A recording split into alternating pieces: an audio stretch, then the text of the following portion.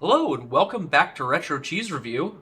Today I'll be doing something a little bit different, a bit of a solo review and not a movie or a TV show. I'm actually going to be reviewing, I got my hands on the 2024 Dungeons & Dragons Player Handbook. Got a few weeks early. Managed to pick this up at Gen Con. So I will be going over the differences between this and the 5th edition, as you can see because my screen cuts out.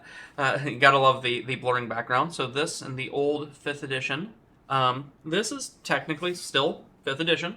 I mainly wanted to go over just a few quick differences. This is releasing in just about a month, depending on when you're watching this video. I'm gonna put it out pretty quick. So yeah, just going over just a few differences since I've got it. One, not sure how many of you play D&D. I've been playing Dungeons and Dragons for probably 30 years now. Got my start in first edition. My uncle's books, playing, old 1E. Really got into playing it around third edition, 3.5, heavily in college.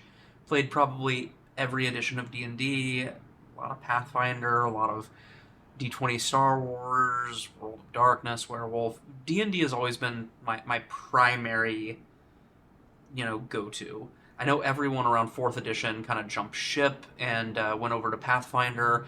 I continue to play 3.5 because I'm just going to go ahead and say this, and I'll probably get a lot of hate for this. First edition Pathfinder is 100% just 3.5 with the Unearthed Arcana expanded rules, and Paizo ripped it off from Wizards of the Coast. Come at me, Paizo, hate me in the comments. I don't care.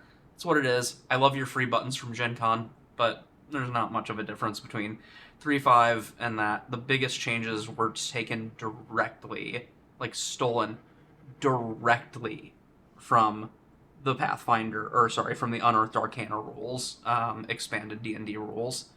That being said, I have my favorite, editions, all that. 3.5 is still my favorite. I'm playing 5e a lot, and I was really curious about these changes. I know that there's been some controversy online about some of these changes. A lot of wild speculation. A lot of people have why would you buy this? Really, at the end of the day, I'm going through this, and it's not a 6th edition. It's not a 5.5. It's like the equivalent of those expanded rules that we got towards the end of 3.5 with Unearthed Arcana. I don't know if people remember that, but they released probably a little more content than that. Maybe call it like a 5.25. There are enough changes that it could be close to a 5.5. I'd have to see when they release the Dungeon Master's Guide as well as the Monster Manual to really see those changes. Some good, some bad. First thing that I want to mention, same price as the old Players Handbooks, value-wise. This is more content. I don't know if you can see side by side comparison. This is a hefty book, the new one. It is 384 pages versus the original 5e Player's Handbook, which is 316 pages. I know pages don't mean everything, but the artwork in it is very nice. It's got a lot more illustrations in it, a lot of details, great book in general. I'm not going to give away everything.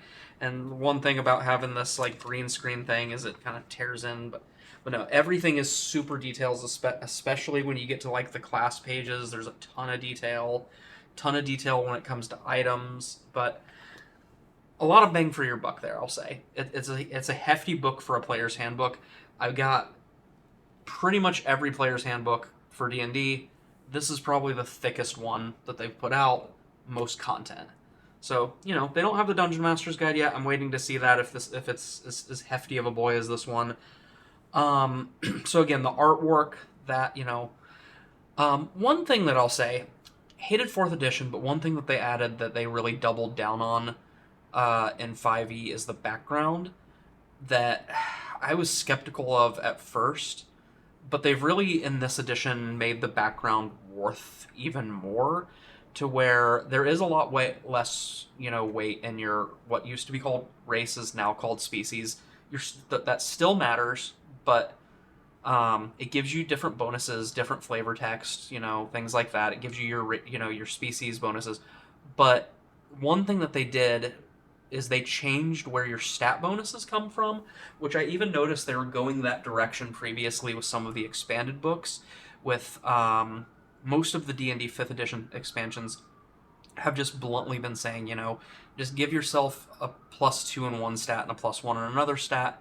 It's getting a little bit lazy, but they wanted to get away, I feel like, from your race determining your class, which when you're trying to meta game, which I know a lot of people don't do, you don't want to have, like, let's say, a race that gets a +2 to wisdom playing your fighter, or your race that gets a +2 to strength playing your wizard. So what they've done is they've actually taken that away from your race or your species and put that 100% into your background. So your background now determines a few things. It determines everything that it kind of did before. It determines some skill bonuses. It determines your stat bonuses, but it gives you kind of some choices. It's like it gives you variety of, like, with this background, you could have a +2 to this or this, and a +1 to this or this, that kind of thing. So it gives you your stats, as well as your background comes with a feat, which is nice. I did not like how much they've devalued feats, making them kind of hard to get. You have to choose between that. So getting at least a starting feat with everyone. Humans now get a starting feat, kind of those alternate rules that they had put in with the alternate human. I think it was the newer 5th edition Unearthed Arcana that did that. I'd have to look. Um, so there's that. I mean, different races still give you bonuses, but your stat bonuses come entirely from your background, and you get a feat from your background. So a lot of that, background's got a ton of weight now. I think that really helps with, building out your unique character, because you can be as unique as you want. You can be a freaking orc paladin. You can be a gnome fighter. I don't know. Like, some people could say it doesn't make sense. I kind of like it. I like my customization. I like playing silly stuff sometimes. I like playing serious stuff other times. One change which they put in, which I like, but I'm not going to use these rules in the next time I play, because we're starting at level 1, and I don't want my character to be weaker than everyone else. Everybody gets their subclass, so it's a subclass now, because I know certain classes didn't have subclasses. They had, like, what's your sorcerer path, all that. They just call them all subclasses now. Everybody has a subclass, every single class, and it's at level 3. So that's, your sorcerer origin is now a sorcerer subclass, your, wizard school, wizard subclass, paladin subclass, all of that starts at level 3 now. It gives you a ton of options, but you get those first 2 levels, I guess, just to play your standard, bland, I'm just a wizard, I'm just a sorcerer, I'm just a fighter. I'm okay with this. I think that they were trying to go away from everyone multi-classing and prestige classing. They did that a little bit in 4th edition. They gave everyone subclasses. They kind of went away from it, kind of went back to it. Not one of the bad things from 4th edition, giving people more variety without making them attempt to power game or break the game. It gives you a variety within your class so that you feel like you're not just, if there's 2 fighters in the party, I'm not just a fighter, I'm this type of fighter, that kind of thing.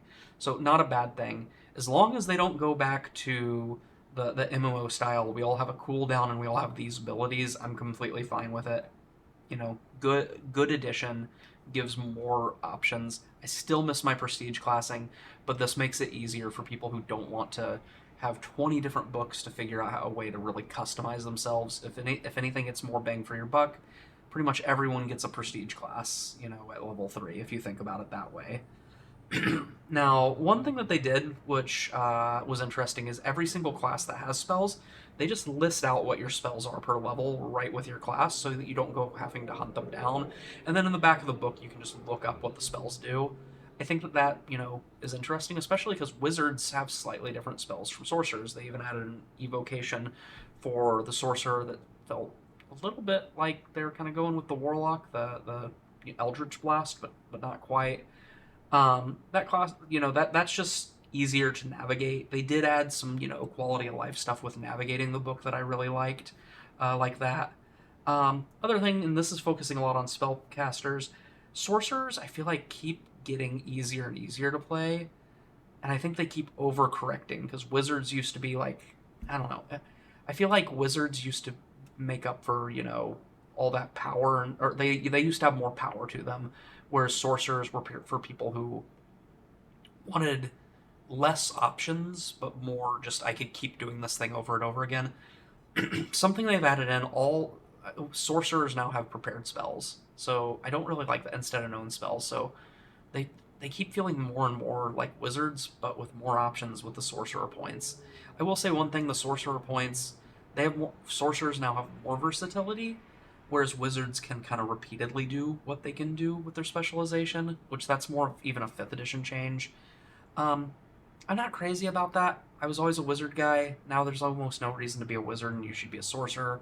People can argue that, but I think that I like the versatility, so I've become more of a sorcerer player, honestly, and they get more with their backgrounds. One other thing a lot of people have been talking about, I am not a crafting person in these games. I do not craft other than, like, I'll do, I don't know, I'm just, it's up to the DM to let me craft and get items and stuff. They did add a crafting system in that's far more detailed. I think that dungeon masters shouldn't need this kind of stuff, but they've asked for it. I'm under the impression that when where some people see rule gaps, I see just an opportunity for you don't need the rules. The dungeon master can just fill in a lot of this stuff. But then again, they added in a crafting system, a more detailed one, so it's not just like, hey, I have some crap, can I craft some potions? It's more like, I have this tool, it can do this. This is what I need for it. So they did add that in, and I think a lot of people will like that. Um, I know this is a quick review, but all in all, I've got to say, I'm kind of happy with some of the changes. Some aren't great. I'm still going to cling to my 3.5 books. I have literally all of them. I keep looking over at them fondly. Some of them are damaged because they're very old, just like me, old and damaged. But that being said, I'm looking forward to the changes. I think that since the change, a lot of people have been giving Wizards of the Coast a lot of hate. They jumped over to Paizo. I didn't like fourth edition, but I think that fifth edition has done kind of a bit of a turn. I think Wizards is heading in the right direction. I think that these changes look good. I think the expansions that they've added to to 5e have been good. I love Spelljammers. And I think it's time for a new edition. There are people being like, "Well, there's just a new edition that," and it's like, no, that was 10 years ago. The fifth edition came, and that's I was looking. That's pretty much the longest time they've gone without an edition. Even the old TSR days, um, and Wizards of the Coast was quick with 3 and 3.5, and 3 was an almost perfect system. Um, I say that, and people are going to be like, "Well, you could power game it," and I'm like, "I know. That's why it was a perfect system." But no, all in all, I would. I can't really rate it yet because it's one book, but I think that there's a couple of changes I'm not crazy about, but mostly I think it's positive. I think that it's same price as the old books and more bang for your buck, more detailed rules. So yeah, that's it. And thank you for watching. Leave a comment, ask some questions if you got about it. I'll definitely be picking up the other books when they come out in a few months. Thank you. Bye.